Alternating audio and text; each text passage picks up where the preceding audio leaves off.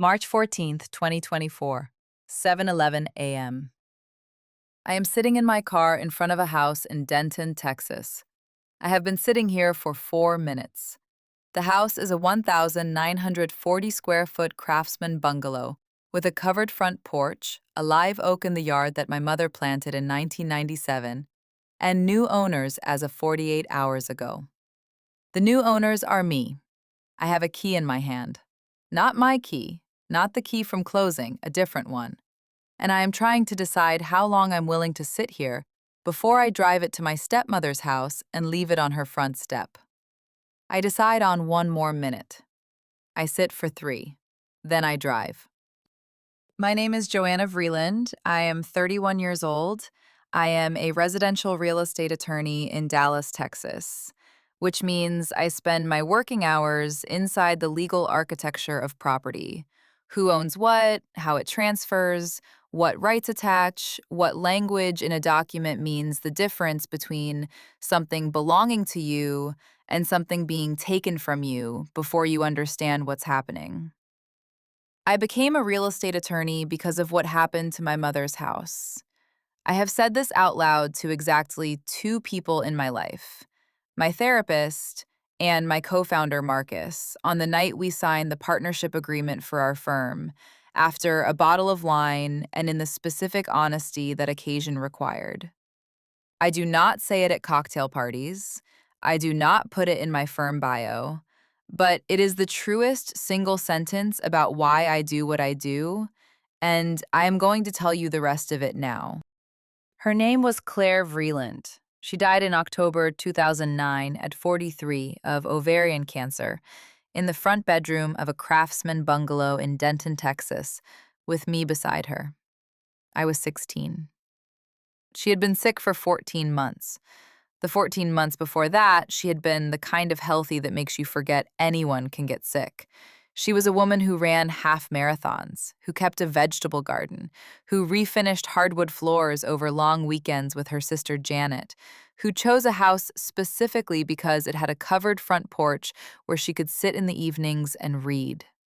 She sat on that porch from the day we moved in, 2001, until the spring of 2008, when the treatment started interfering with her energy in the evenings. She kept saying she'd be back out there by summer. She meant it every time. It just stopped being true. She planted the live oak in 1997. I was 4 years old. I have almost no memory of it being small. By the time I was old enough to have reliable memories of the yard, the tree was already substantial, already throwing shade across the porch in the afternoons. But I have seen the photographs, and in them it is a sapling barely taller than she is, and she is standing next to it with her hand on the top of it like she's measuring it. And she is smiling at my father who is holding the camera, and the yard behind her is just the yard. No shade, no presence, no history yet. The tree is 26 years old now. It is enormous. When I walked through the yard for the first time as the owner, 48 hours before I sat in that car with the key, the first thing I did was put my hand on the trunk. I stood there for a while. I did not say anything.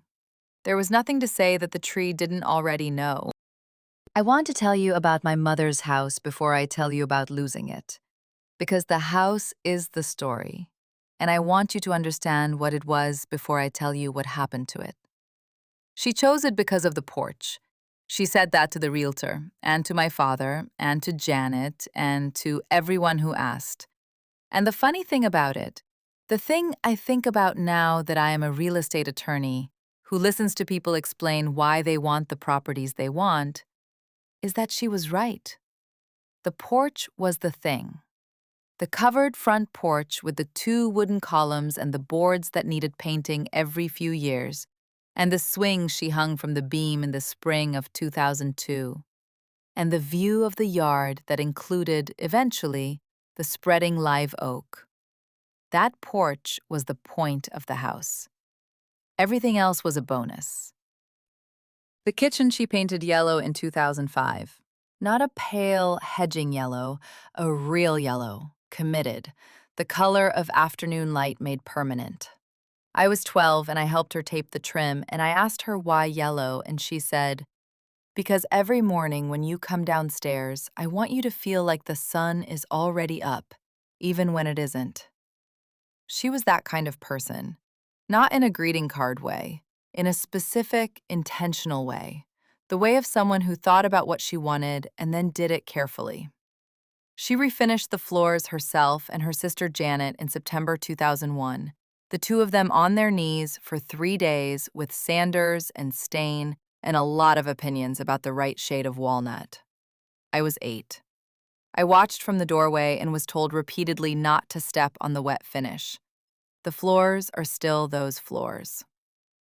The third owners carpeted the upstairs bedrooms and painted the kitchen gray, but they did not touch the floors. And when I walked through at the inspection, I crouched down and put my hand on the wood and felt the grain of it and knew it was the same grain. She died in that house. That is not a morbid thing to say, it is a fact, and the fact matters because it is part of what makes the house what it is. She wanted to be home. She made that clear very early in the 14 months, before things were certain enough to make concrete decisions. She made it clear that when the time came, she wanted to be in her own house, in her own bed. And we honored that. My father and I, and a rotating schedule of hospice nurses, and Janet, who drove up from Austin every other week and slept on the couch. She died on a Tuesday morning in October, with the light coming through the bedroom window the way it always did in October, low and golden, the specific light of a Texas fall.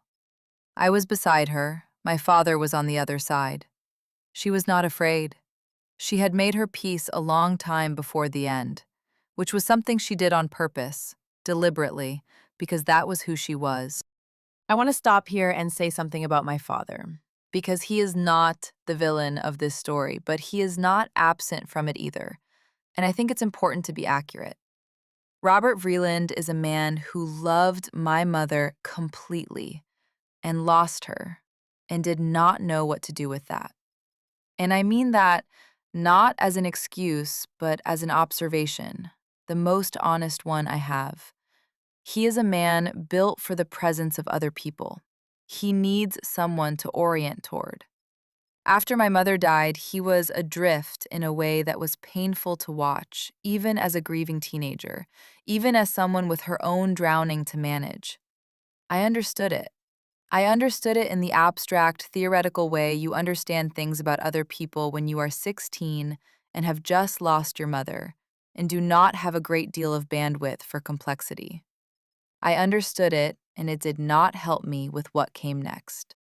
What came next was Pamela Corbin, who became Pamela Vreeland in October 2010, 14 months after my mother died. She appeared in our lives 6 months after my mother's death.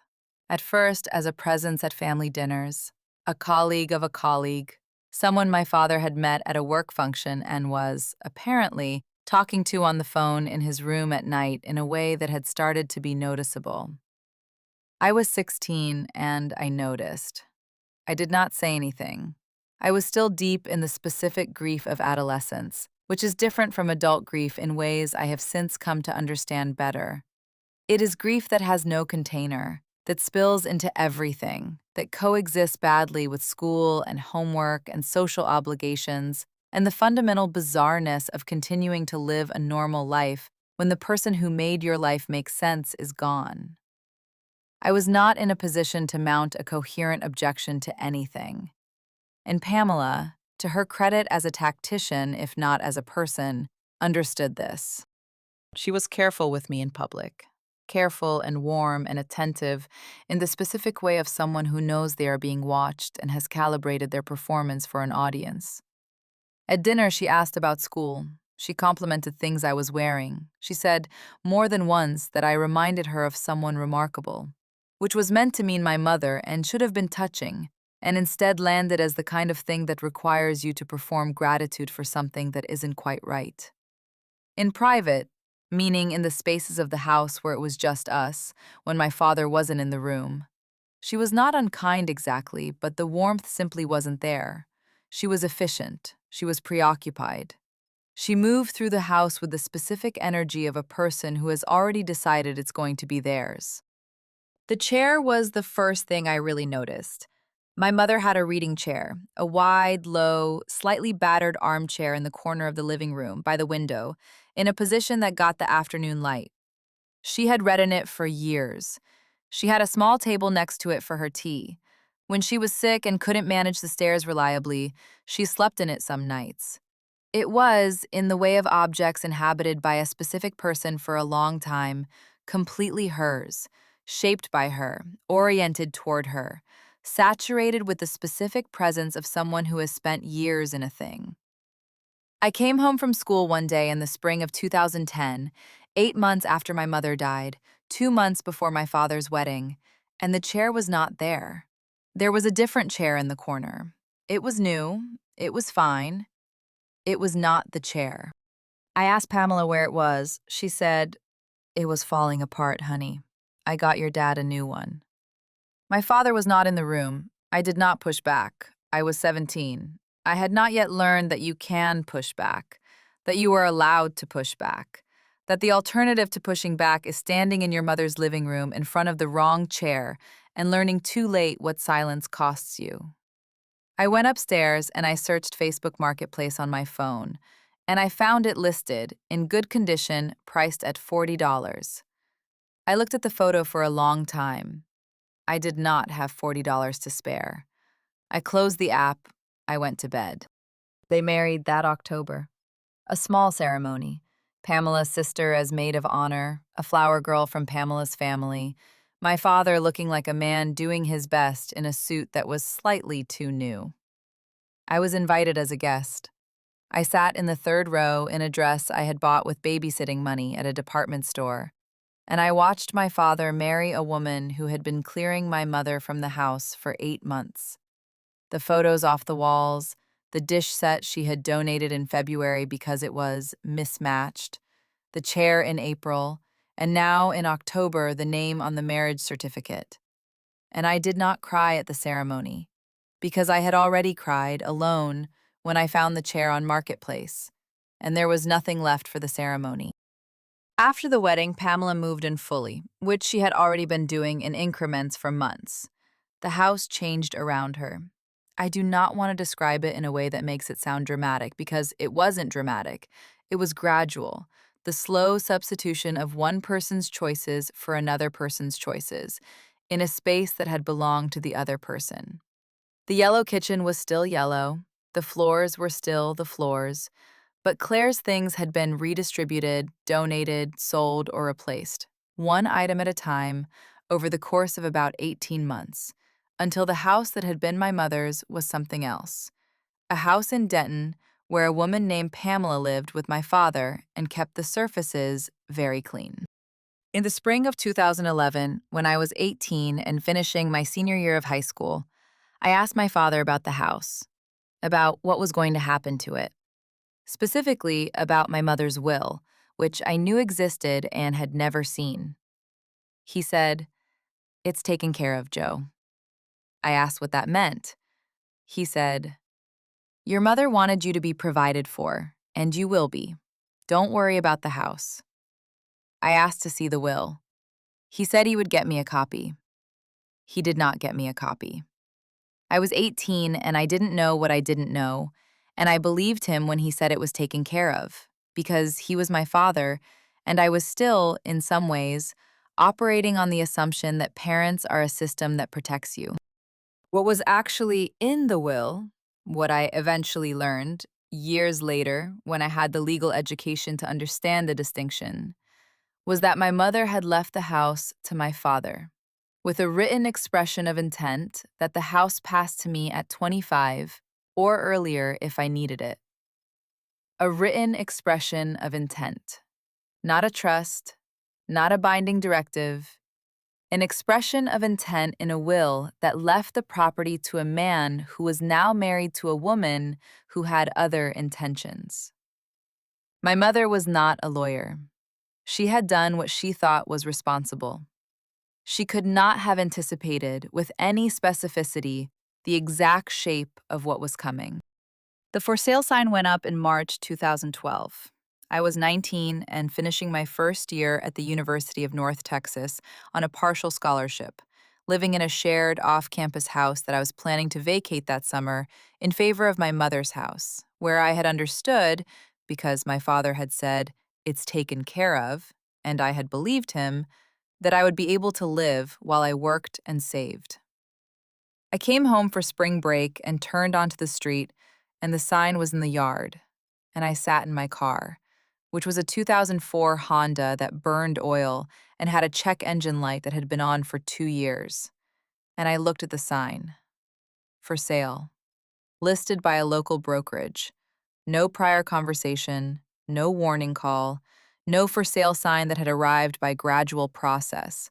It was simply there, staked into the yard of my mother's house, in front of my mother's oak tree, in March, without my knowledge. I called my father. He answered on the second ring, which suggested he had been expecting the call. He said, "Pamela and I decided it was time to find something that was really ours. The house has a lot of memories." I said, "It has my mother's memories." He said, "I know, Joe, but I need to be able to move forward." In the background, audible and not attempting to be inaudible, was Pamela. She did not come to the phone. I could hear her voice, but not the words. A low, confident commentary that I have imagined the content of many times in the years since. My father said he would talk to me soon. I hung up. I sat in the car in front of the for sale sign for a while. Then I drove to a gas station and bought a bottle of water and sat in the parking lot and called the university's financial aid office to ask about emergency housing funds, because I had been planning to live in my mother's house that summer. And now there was no house. The house sold in 6 weeks, $187,000. I received nothing. Not a portion of the proceeds, not a conversation about what my mother had wanted, not the chair. I went back to campus. I got a second job. I started a spiral notebook that I labeled, to myself and to no one else, the house file. I wrote $187,000 in it in blue ink in March 2012. And I was not yet sure what I was going to do with that number, but I knew I was going to do something, and I knew it was going to take a long time, and I was prepared to wait. I want to be precise about what the house file was, because I do not want to make it sound like something it wasn't. It was not a plan, not in the beginning. It was a record, the compulsive act of a 19-year-old who had just had something taken from her and had nowhere to put the fact of it except a notebook. I wrote the sale price, I wrote the date, I wrote the address, which I already knew, which I will always know, the way you know the address of the first place you ever lived in, by a kind of cellular memory that bypasses normal recall. I wrote the name of the brokerage. I put the notebook in the drawer of my desk in the off-campus house, under a stack of notebooks for my actual coursework, and I left it there. And I went to class, and I kept going. I decided on law school at 21, which is presented in my firm bio as a natural outgrowth of my interest in property law in undergrad, which is true but incomplete. The complete version is a 19-year-old girl stood in front of a for sale sign in her dead mother's yard and did not know her rights, and that girl decided she was never going to not know her rights again, and she went to law school to make sure of it. I chose real estate law because it was the branch of the law that governed the specific thing that had been taken from me, the legal architecture of property, the documents that determine who owns what and what they can do with it, and what can and cannot be stripped from them without their knowledge and consent. I did not choose it consciously in that way. I chose it because it was where my attention naturally went. And my attention naturally went there because that is what happens when something is taken from you. You learn everything about the taking. I tracked the house through law school. In 2017, when I was in my second year and barely sleeping, I noted the first resale in the house file, $241,000. The first buyers were moving. I did not research why because it wasn't relevant. The house was not available to me. I was 24, in school, with no savings to speak of and no position to make a move. I wrote $241,000 below $187,000 with the date and the brokerage, and I went back to studying. I graduated in 2018. I passed the bar. I clerked for a year, then joined a firm that did complex residential and commercial transactions and was run by two senior partners who were excellent at their work and completely uninterested in my development, which I understood and accepted and learned from anyway. In 2021, Marcus Harwick and I left that firm and founded Harwick and Vreeland, 12 attorneys now, boutique, real estate, and estate property litigation, the kind of work that requires you to understand not just the law, but the human situation inside it. We named it alphabetically because Marcus is extremely conscious about equity, and I am extremely conscious about not arguing over things that don't matter. I was 28. I was in the first 6 months of the partnership when the second resale appeared in my search alerts. $298,000, 2021. I had set up an alert on the property address in 2018, after the bar, the first professional act I performed, that was entirely about the house and not about a client.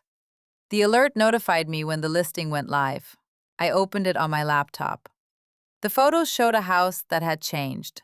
The kitchen was gray, a safe and characterless gray that is the opposite of the yellow my mother chose, the opposite of a decision made on purpose. The porch was intact. The floors, in the one photo that showed them, looked like the floors. The oak tree was visible at the edge of one exterior shot, and it was enormous, spreading across the yard in a way that made the yard look like the tree had always been the point of it. I stared at the photo for a while. I looked at the gray kitchen. I closed the laptop. I was not ready. I wrote $298,000 in the house file, under $241,000. Under $187,000, and I went back to building a firm. In October 2023, at 8:31 a.m. on a Tuesday, my alert fired again. I was at my desk, first cup of coffee, reviewing a title report for a client in Plano. My phone buzzed with the notification, and I set down the title report and looked at my phone. And the address was there, and the price was there. $334,000 asking. And I called my broker, Deb Harmon, who I have worked with on client transactions for 4 years, and who is, among her other qualities, extremely good at not asking unnecessary questions until after the paperwork is signed. I said, I need to make an offer on a property in Denton. She said, how fast? I said, today. She said, send me the address. I did. She called me back in 20 minutes with the comparable sales, the days on market for similar properties, and her read on the seller's position. Divorcing third owners who needed a clean exit more than they needed full asking price. I already knew all of this. I had been watching the property since 2018 and the market since before that. But Deb is thorough, and I respect thoroughness, so I listened to everything she said, and then I said, I want to offer $314,000 with a 45-day close, inspection contingency, title policy standard. She said, I'll draw it up. I said, thank you. I went back to the title report in Plano. I was steady. I had been waiting for this for 11 years, and I was steady, because I had decided a long time ago what I was going to do when the moment came. And the moment had come, and there was nothing to do now but do it carefully. The negotiation went quickly. The sellers countered at $324,000. I went back at $319,000. They accepted. The inspection happened the following week. I attended it personally, which my clients never do and which attorneys almost never do, and which the inspector clearly found slightly unusual, but he was professional about it. I walked through every room with him, and I took my own notes, and I annotated the inspection report in the margins in a different color pen. The floors were the floors. The brass deadbolt on the front door was the same one my mother had installed in 2003. The kitchen was gray. The porch railing needed significant work. The roof was overdue. The yard was overgrown in the way of a property whose owners had been preoccupied with their divorce and not their landscaping. The oak tree was enormous. I handled my own closing documents because I am the attorney and there was no reason not to. 43 days from offer to keys. January 2024. The closing finalized on a Thursday afternoon in the offices of the title company, which is 2 blocks from my office in Dallas, which is not a coincidence. I signed where I had to sign and initialed where I had to initial, and when the keys were placed in front of me, I picked them up and held them for a moment and looked at the title company rep and said thank you, and put them in my coat pocket and drove to Denton. I want to tell you about the lock because the lock is important and I want you to understand why. When I walked through the house for the first time as the owner, I went directly to the front door and checked the hardware. Brushed brass deadbolt. Original from the look of it, not replaced, not updated, the same style and finish I had seen every day of my childhood from the inside and the outside. The lock my mother had installed in 2003 because the original hardware was failing, and she wanted something that looked like it belonged on a craftsman house.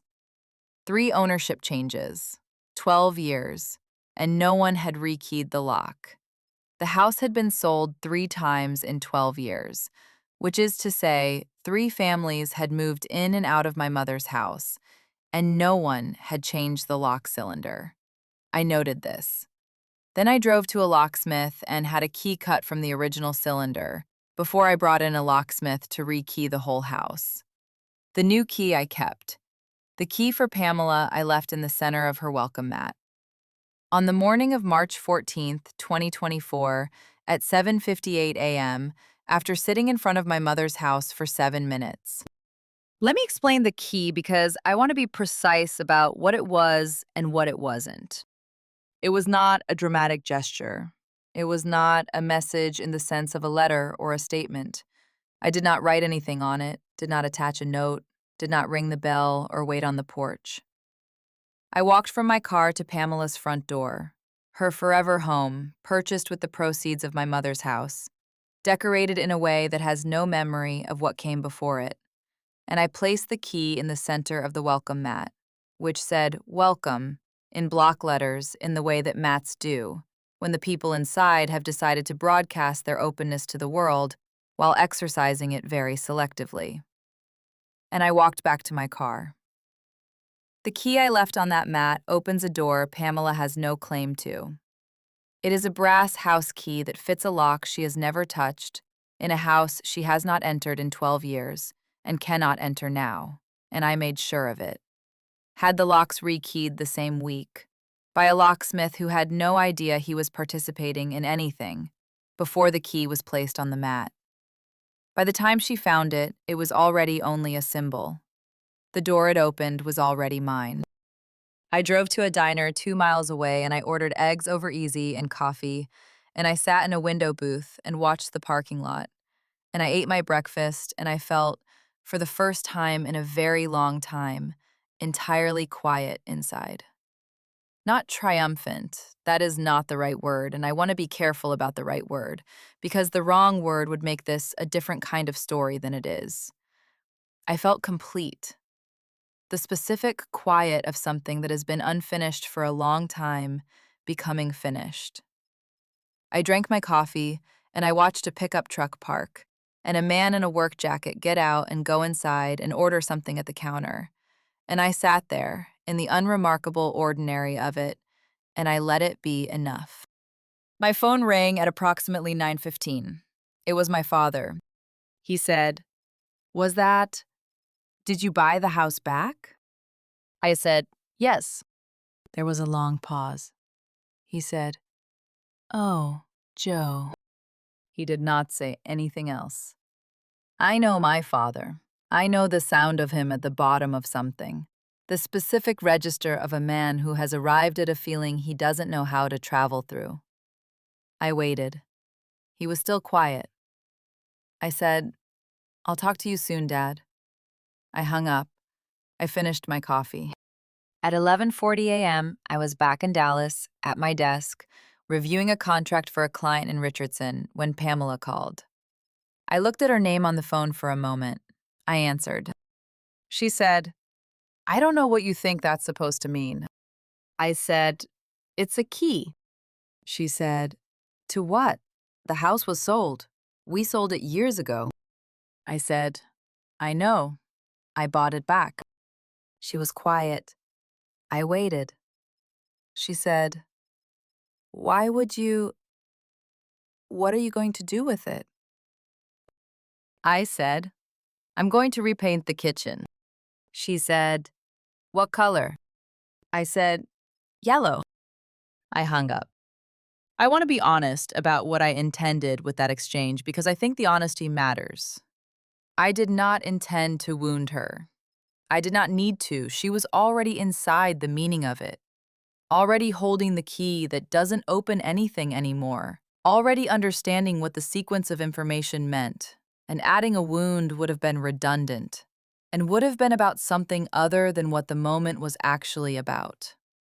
What the moment was actually about was my mother, the kitchen, the color she chose for a specific reason she told me about when I was 12, at a table in a yellow room that still existed and was about to be yellow again. Everything I said to Pamela was true. There was nothing else to say. I had already said everything 12 years ago, standing in front of a for sale sign in my mother's yard, with a phone to my ear and a check engine light on in the car behind me, making a promise to myself that it took 12 years to keep. The following Saturday, I drove to Denton with 2 gallons of Benjamin Moore Hawthorne Yellow, the closest match I could find, comparing paint chips against a photograph of the kitchen taken in 2006. My mother standing at the counter in the morning light with a coffee mug. The walls, the specific yellow she had chosen because she wanted me to feel like the sun was already up when I came downstairs. In the photograph, she is looking slightly to the side, at something outside the frame, and she is almost smiling, but not quite. The expression of a person caught between one moment and the next. A person in her kitchen on an ordinary morning in 2006. A person who has 3 more years. I propped the photograph against the baseboard on the far wall. I spread the drop cloth. I rolled the first stroke of yellow across the gray and stood back and looked at it, and felt something move through my chest that I am not going to try to name precisely, because precision would diminish it. I painted for 6 hours. I am not skilled at painting. The edges are imperfect in places, the corners required several passes, and there's one section above the window where the line is not as clean as I would have liked. I do not care about any of that. When I finished, I was covered in yellow paint, and my shoulders hurt, and the kitchen was yellow, and the afternoon light was coming through the window at the same angle it had always come through. Because that is one of the things that does not change. The geometry of light in a room, the position of a window relative to the sun. And I sat on the kitchen floor with my back against the cabinet, and I ate a sandwich, and I looked at the photograph of my mother in the yellow room, which was now a yellow room again. And I was 31 years old, and she had been gone for 15 years, and the light was exactly as it had always been. I rented the house for 14 months after the purchase while I completed the renovations. The porch railing, which needed full replacement, the yard, which needed a season of attention before it looked like a yard a person had intended, the roof, the bathroom fixtures upstairs, the kitchen, which I painted before anything else, before the contractor came, before I had even selected the tile for the bathroom floor. The kitchen first, because that was the most important thing. And the most important things go first. The contractor I use is a man named Pete Schroeder, who I have worked with on client renovation projects for 3 years and who is extremely competent and completely incurious about the personal dimensions of the projects he works on, which I consider a professional virtue. I told him what I wanted. He did it. He did not ask about the history. I did not volunteer it. But when he was working on the porch railing, the last renovation item the spring before I moved in, He called me to say the original hardware on the front door was in good condition and asked if I wanted it replaced. I said no. Keep the original. He said, "It's a good lock, older style, but solid." I said, "I know. My mother installed it." He was quiet for a moment. He said, "Okay, Ms. Vreeland." He kept the original hardware. In the summer of 2025, I moved in.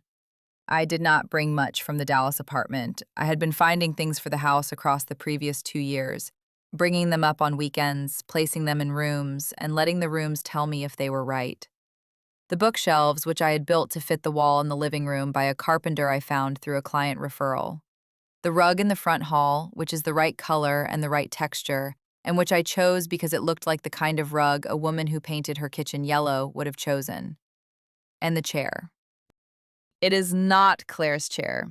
Claire's chair was sold on Facebook Marketplace in April 2010 for $40 to someone who did not know what they were buying. And I have made my peace with that particular absence, which took longer than I expected, and longer than most people would find proportionate, and exactly as long as it needed to. The chair in the living room corner is new. It is wide and low, in a fabric that is close to the right color, positioned in the corner by the window where the afternoon light lands. I sat in it the first evening I moved in, and I read for 2 hours, and the light was the same as it always was. And I was in my mother's house, which is my house, which smells of old wood and fresh paint, and the particular dry, warm air of a Texas summer evening coming through a window that has been facing the same direction since 2001. My father called on my birthday in 2024. The call lasted 19 minutes. He asked about the house. I told him about the kitchen, the color, the photograph, the afternoon light. He was quiet for a moment, then he said, "She would have liked that." It was the first time he had referenced my mother directly, in conversation with me, in more than a decade. I have thought about why that moment, why the kitchen, why he was finally able to say it after all this time. I think it is because the house had been abstract for him in a way it wasn't for me. He sold it, and it became something he didn't have to look at or think about, a transaction in the past. I bought it back and made it real again, and in making it real, I made her real again in a conversation between us. And he wasn't ready for that, but he also, I think, needed it. I said, "I know." We stayed on the phone a little longer. It is not forgiveness, not yet, maybe not for a long time. It is a crack in a wall that has been there for 12 years, letting in a small and cautious amount of light. Pamela did not call again after the yellow paint conversation. At Christmas 2024, I drove to Denton, the first time in 3 years, and had dinner at my father and Pamela's house, in Pamela's forever home with the subdivision lawn and the redecorated interior that holds no memory of anything that came before it. Pamela was composed and gracious in the surface-level way she has always been gracious when an audience is present. She did not mention the house. She did not mention the key. She did not mention my mother, which is consistent with her 12-year record of not mentioning my mother in my presence, a discipline I have come to understand as its own kind of acknowledgement. You do not work that hard to not say something, unless the something is very loud inside you. Before I left, I hugged my father in the driveway, and he held on a moment longer than he usually does. I drove home on the highway through the December dark, with the radio off and the windows fogged at the edges, and the yellow lines going by under my wheels. And I let the quiet do what quiet does when you finally let it. Every morning before I go to work, I go out to the yard. I put my hand on the oak tree. I do not say anything. There is nothing to say that the tree doesn't already know. Nothing that hasn't been understood between us since a Tuesday morning in 1997, when a woman I loved planted a sapling in a yard she had chosen because of a porch, because of what she wanted to build, because of the specific and intentional life she was making. The tree is 26 years old. It is enormous. It is not going anywhere. People ask me why I became a real estate attorney. I have a firm bio answer to this, which is accurate and incomplete in equal measure. The complete answer is this. When I was 19 years old, I stood in front of a for sale sign in my dead mother's yard and did not understand the paperwork. I did not know that a written expression of intent is not a trust. I did not know that a verbal assurance from a parent is not a legal instrument. I did not know what I didn't know, which is the most dangerous kind of not knowing. The kind that leaves you standing on a curb with a check engine light behind you and nowhere to live that summer. I spent 12 years becoming someone who understands the paperwork. I did not do it to get the house back. I did it because I refused to stay 19 and uninformed for the rest of my life. The house was just what happened when I finally had enough runway. She sold it because she could. I bought it back because I made sure I could. 12 years, one key, one coat of yellow paint. My mother's tree is still in the yard. I go out every morning and put my hand on it. I don't say anything. I don't have to. She knows.